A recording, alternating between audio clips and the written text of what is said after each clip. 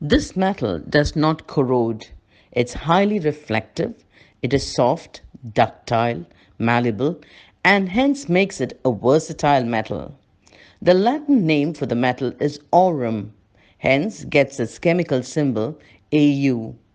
Can you guess the name in English for this metal? Yes, you guessed it right. It's gold. The oldest method of purifying gold is to melt it with fire.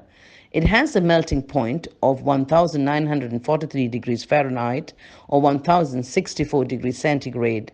This precious metal, like man, is found in ordinary places.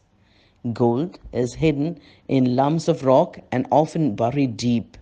Its real value cannot be realized and measured until it has been tried and refined. Gold that has been tested by fire is pure and precious. There are no shortcuts or easy ways to remove the dross and impurities. First Peter 1 verse 7 reads, that the genuineness of your faith, being much more precious than gold that perishes, though it is tested by fire, may be found to praise, honor, and glory at the revelation of Jesus Christ. Psalmist in Psalm 66 verse 10 says, for thou, O God, hast proved us, thou hast tried us as silver is tried. Proverbs 17 verse 3 reads, the crucible is for silver, and the furnace is for gold, and the Lord tests hearts. Mary Graham said, fire is a test of gold, adversity of strong men. Psalmist in Psalm 66 asserts that God is the author of tests. To be proved by God is to be tested and tried by God. The Old English word proved connotes a process of being called to demonstrate our abilities and qualities, to show our true metal and what we are made of.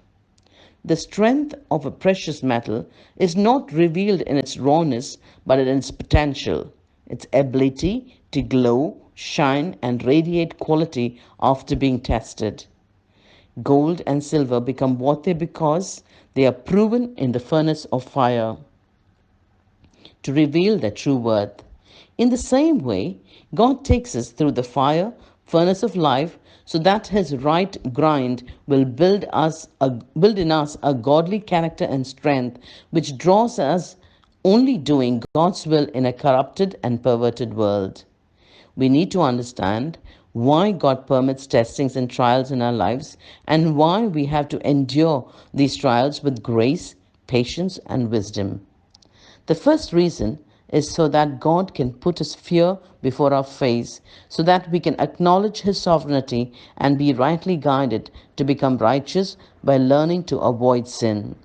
In Exodus 20, verse 20, we read, and Moses said unto the people, fear not, for God is come to prove you, and that his fear may be before your faces, that ye sin not.